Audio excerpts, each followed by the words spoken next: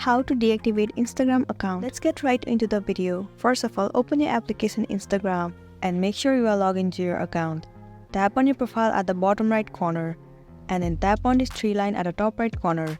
Head over to Settings and Privacy. Move into Account Center. Inside Account Settings, head over to Personal Details. Click on Account Ownership and Control. Head over to Deactivation or Deletion. Move into your Instagram account. As we're looking forward on how to deactivate your Instagram account, choose Deactivate Account and then tap on Continue. It will land you on this page.